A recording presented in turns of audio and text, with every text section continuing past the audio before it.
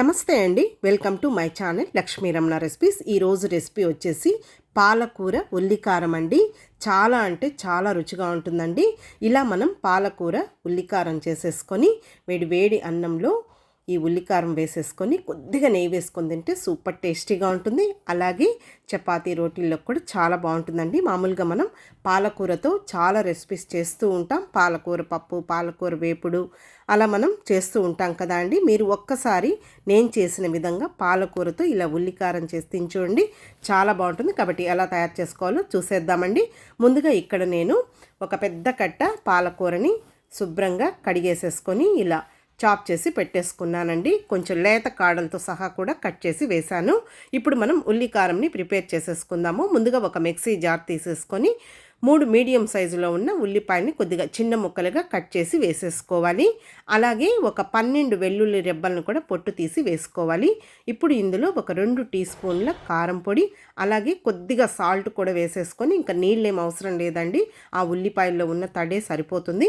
Mixie పట్టేసేసుకోవాలి. మరీ కంటిన్యూగా కాకుండా మధ్య మధ్యలో నిలుపుకుంటూ చూడండి. ఈ విధంగా ఉల్లికారం తయారు చేసి పెట్టేసుకోవాలి. ఇప్పుడు ముందుగా స్టవ్ వెలిగించుకొని ప్యాన్ పెట్టుకొని ఇందులో ఒక 4 టేబుల్ స్పూన్ల నూనె వేసుకోవాలి. ఈ ఉల్లికారంకి కొద్దిగా నూనె అనేది పడుతుంది.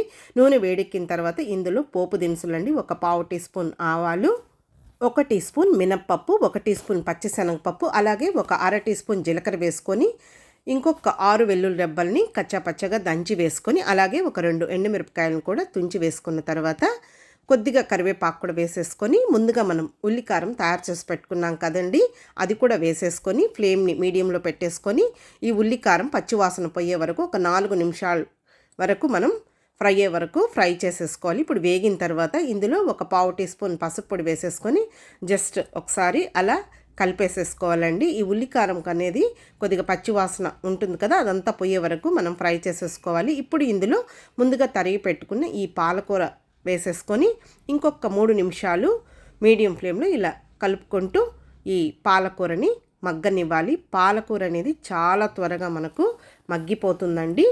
కొద్దిగా కాడలు, లేత కాడల వరకు వేసేసుకోండి, ఉట్టి ఆకులే కాకుండా.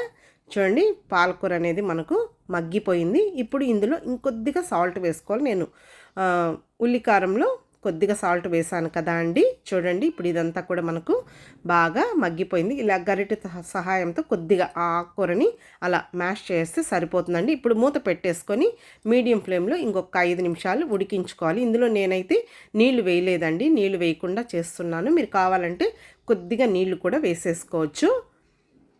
చూడండి, ఇప్పుడు మనకు ఇదంతా కూడా రెడీ అయిపోయింది.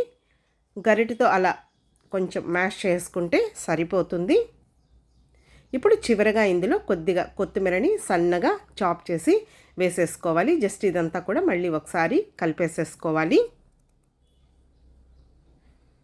అంతే అండి, చూసారు కదా, చాలా ఈజీగా పాలకూరతో ఈరోజు నేను ఉల్లికారంని ఎలా ప్రిపేర్ చేశాను. ఇప్పుడు మనం స్టవ్ ఆఫ్ చేసేసుకోవాలి.